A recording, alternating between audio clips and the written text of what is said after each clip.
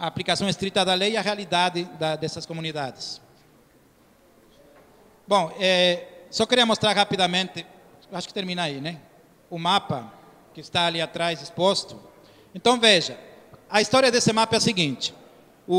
Em 2001, a Secretaria de Planejamento contratou um planejamento estratégico municipal das áreas, na época chamadas subnormais. Essa denominação foi mudando, né?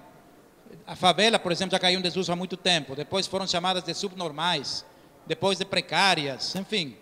Nomes que vão tendo cada vez mais politicamente corretas, né? Tentando ser menos pejorativas com relação à comunidade.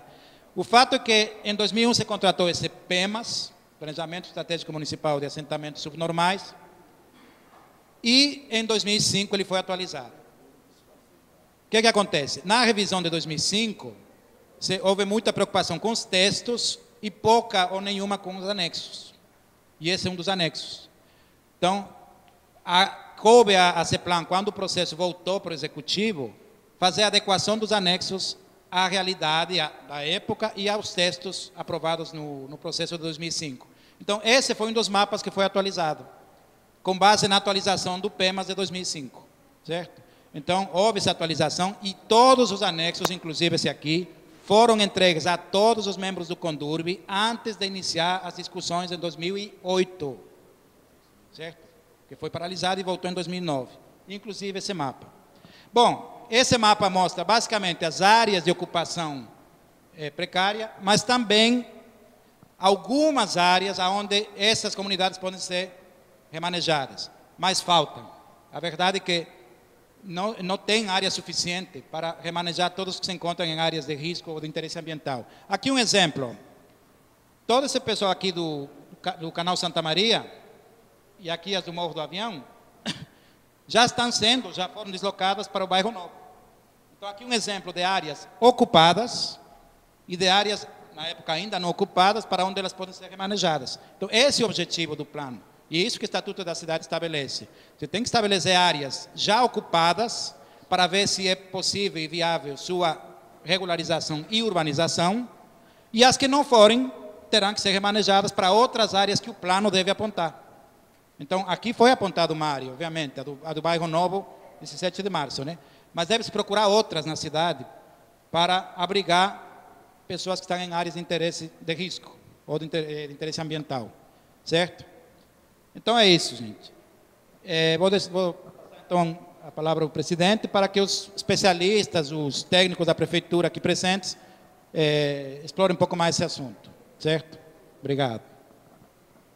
Obrigado, doutor Luan. E eu quero convidar a Décio para sentar aqui na mesa com a gente, representando aqui o CREA. Décio Aragão, arquiteto aqui da nossa cidade há algum tempo. Há muito tempo. O Sival, vamos lá do Sival. Quer ficar onde? Quer ficar aí mesmo? Vai lá? Fica à vontade, vem aqui. Você tem alguma coisa para colocar ali, né? Então pronto, vamos lá. Vereador Juvencio, assuma aqui a presidência dessa audiência, no momento.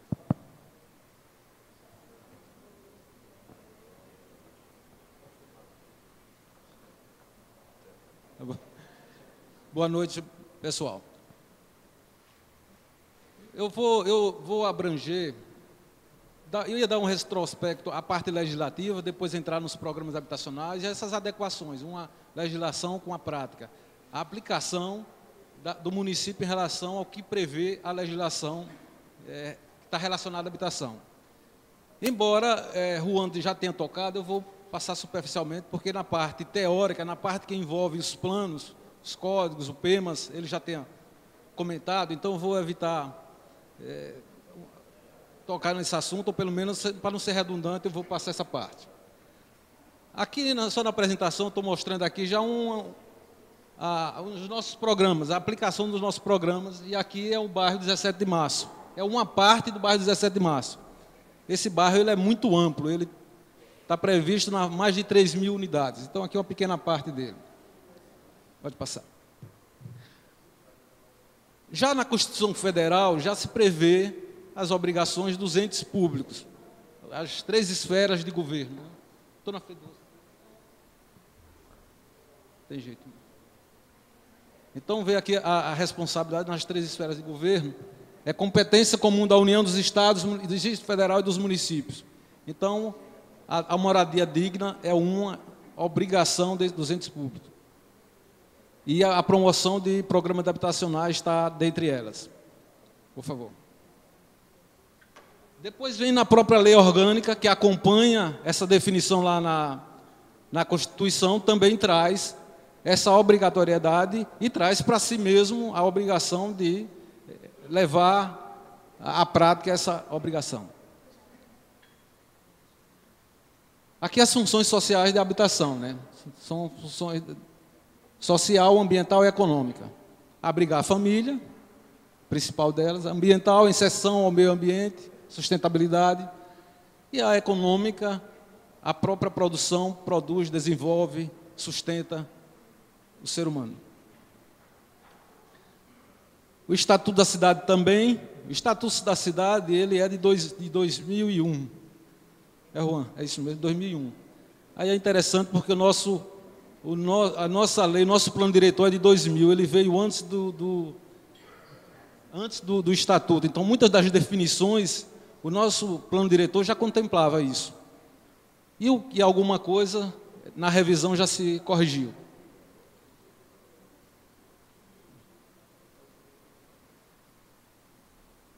Plano diretor, pode passar. Eu estou passando essa parte porque eu não vou ser redundante. O Juan já teceu, detalhou mais e comentou cada item desses aí abordados. O Sistema Nacional de Habitação é um instrumento aí de política nacional de habitação. Esse sistema, com o FINIS, que foi um fundo nacional que foi criado em 2007, 2008, quer dizer, ele está possibilitando, ele ainda não está plenamente implementado, mas ele está possibilitando os municípios ter a segurança, a certeza de obtenção de recursos. E é por isso que os municípios, primeiramente os municípios acima de 20 mil habitantes, e na sequência todos os demais municípios serão obrigados a ter o Plano Municipal de Habitação. Porque através dele você vai ter a certeza de obtenção de recursos. Então isso é o que está desenhado. Assim como acontece com a educação, com a saúde, também há uma previsão legal para o Sistema Nacional de Habitação. Pode passar. Aqui são as fontes de recursos do Sistema Nacional de Habitação, FGTS, UFAL, FINIS, FDS, e hoje, o mais novo, Minha Casa Minha Vida. Era requisito do município para aderir, essa adesão é requisito para ele poder pleitear recursos. Isso, no caso do município de Aracaju, já foi feito. É requisito ter o plano, o município está produzindo esse plano. Pode passar. Aqui só um histórico, um breve histórico da habitação de interesse social em Aracaju. Primeiro veio o PEMAS, que Juan acabou de falar sobre eles, onde foram relacionados, feito o levantamento socioeconômico de todos esses assentamentos precários, na época, então, chamado subnormal. Então, esse plano de 2001. Depois veio um programa do município, já no governo, nesse grupo que vem governando o município desde 2000. Então, em 2004, foi constituído aí um programa de moradia, chamado Moradia Cidadã. Foram feitos, esse levantamento socioeconômico, ele estava aliado ao PEMAS, mas foi uma extensão, logo depois foi feito isso. A adesão ao FINIS, que ocorreu lá em 2007. E aí, o que eu acabei de falar é a elaboração do Plano Municipal de Habitação. O Plano Municipal de Habitação, ele tem 3 produtos. 2 produtos já foram concluídos. Nós estamos na fase final. Já concluído, está na fase de discussão no Conselho de Habitação. Tem alguns membros aqui do Conselho, que a gente está programando a convocação do Conselho para discutir. E depois submeter à audiência pública. Pode passar. Aqui está elencado os assentamentos subnormais. Então, são 44, estão elencados todos eles aqui. Então, só para você ter uma impressão, a Avenida Euclides Figueiredo, você sabe aquela avenida que vai aqui para Socorro, aquele lado direito, é um assentamento. Coqueiral, a gente está em obra. Então, só para você ter uma ideia, a Euclides Figueiredo, a gente tem uma previsão, tem um contrato aí com o governo do estado para construir 580 casas. Todas aquelas casas serão, toda aquela favela vai sair dali. Então, esse projeto já está em fase de licitação. Então, provavelmente, 1 ou 2 anos, todas aquelas famílias sairão dali. O Coqueiral, a gente está em produção, toda a polêmica, você já sabe, das dificuldades de execução da parte da infraestrutura, que também faz parte do sistema de melhoria das condições de habitação, mas, por exemplo, a gente já construiu 292 casas, são 600, então faltam mais 308, isso para remanejar famílias que estão sendo retiradas para regularização de vias, e algumas também dessa extensão, dessa lateral lá, onde estão instaladas a favela, às margens da avenida. Bom, aí é um exemplo, mas aí estão elencadas todas elas. Pode ir passando, que eu não vou dizer uma a uma, mas são todos os assentamentos, não foram simplesmente de levantamento de localidade, não. Foram feitos levantamentos socioeconômicos de todas as famílias, e cadastradas todas elas. Até mesmo porque, a partir daí, foi possível você traçar rumos de políticas de habitação. Aqui eu estou citando, não vou comentar, porque Juan já falou, mas aqui estou citando o que Juan já citou, onde está previsto no plano diretor, na seção, os artigos que ele acabou de falar, ele até detalhou isto aí, pode passar. Também aí é do plano diretor, da regularização fundiária que ele acabou de falar, então, pode passar. As áreas de interesse especial são áreas que poderão ser regularizadas para manter, se possível, se manter. Esta é uma dificuldade grande, porque normalmente a área de risco, dificilmente você consegue manter as famílias no local. Mas só que é um dilema para o município. Vamos remanejar para onde? Você sabe que o município de Aracaju, os espaços urbanos ainda para se ocupar são pouquíssimos.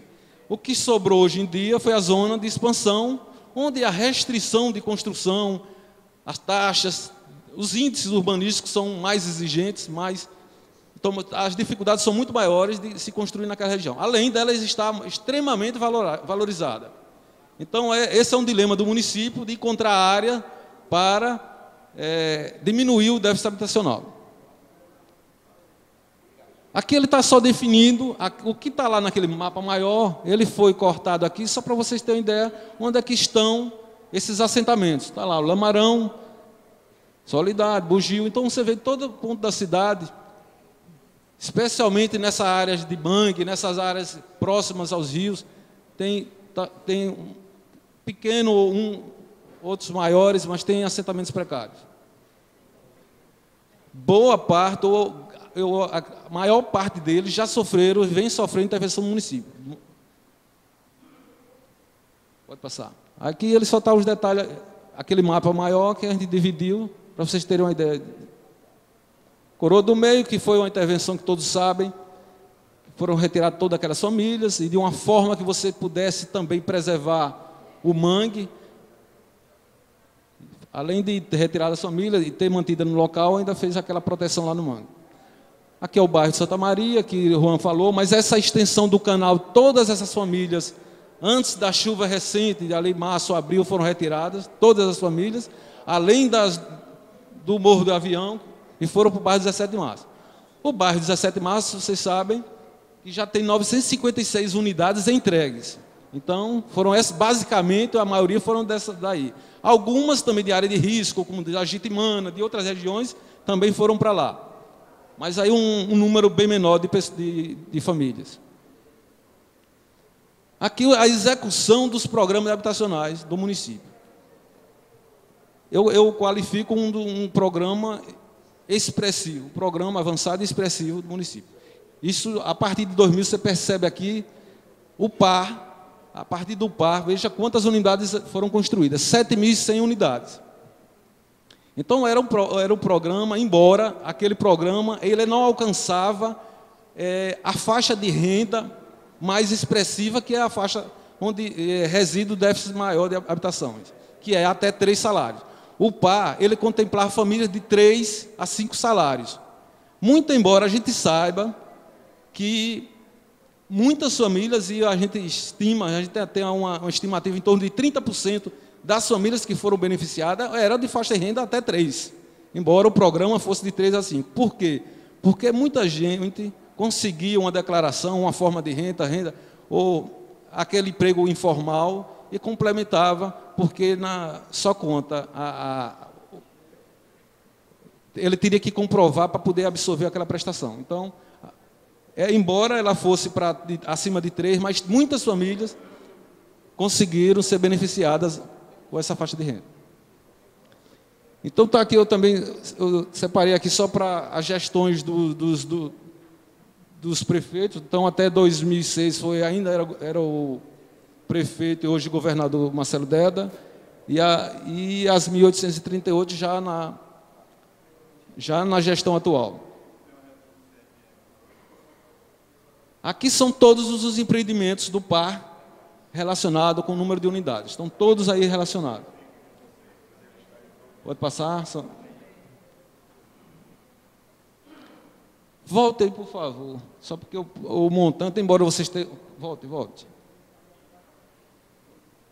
Aqui só para você ver ali o valor do investimento. 152 milhões de reais aí no PAR. Até aí, praticamente, ainda existia naquela época outras fontes de recurso, outras formas de captação de construção de casa. Mas basta você ter uma ideia, apenas nós temos, nesse mesmo período, em torno de 3 milhões de reais de investimentos com outro tipo de recurso. Então, você vê a disparidade e vê o montante, o que significa esse montante aqui de recurso. Pode voltar. Aqui já com outros tipos de programa. O PAR, com o advento do programa Minha Casa Minha Vida, o PAR, embora ele ainda exista, mas ele perdeu o interesse. Ele ocupa a mesma faixa de construção de bem, de avaliação de imóvel, mas ele alcança uma faixa de renda menor, com o mesmo preço. Então, é desinteressante, não só para a construtora, mas para quem vai adquirir. Os imóveis dentro do Minha Casa Minha Vida, por exemplo, 50 mil reais, dentro do Minha Casa Minha Vida, a pessoa vai pagar no máximo 10% da renda. Já no PAR, ele paga de acordo com o valor do imóvel. Então, a prestação sempre é bem maior do que a outra. Além disso, quem ganha até 3 salários, quem ganha 0 paga apenas 50 reais. Quem ganha 0 não vai poder pagar nada, né? Mas ele pode, o limite, ele pode pagar apenas 50 reais. O mínimo é 50. Se ele ganha 500 reais, ele vai pagar 50 reais. Aqui são as fontes de recursos. Também lá estão previstos o montante. Lá no PAR nós temos 150 e tantos milhões. Aqui já são contratos executados, em execução, e já contratados para iniciar 170 milhões de reais, que dá 4.347 unidades.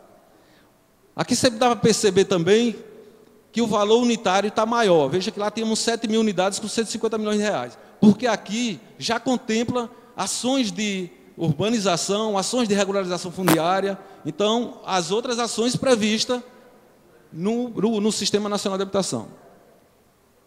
Aqui são as fontes de recursos, Finis, Promoradia, o PAC, que é com o advento do PAC, é uma fonte de captação expressivo e onde a gente conseguiu muito recurso, e temos outros no PAC 2 por conseguir.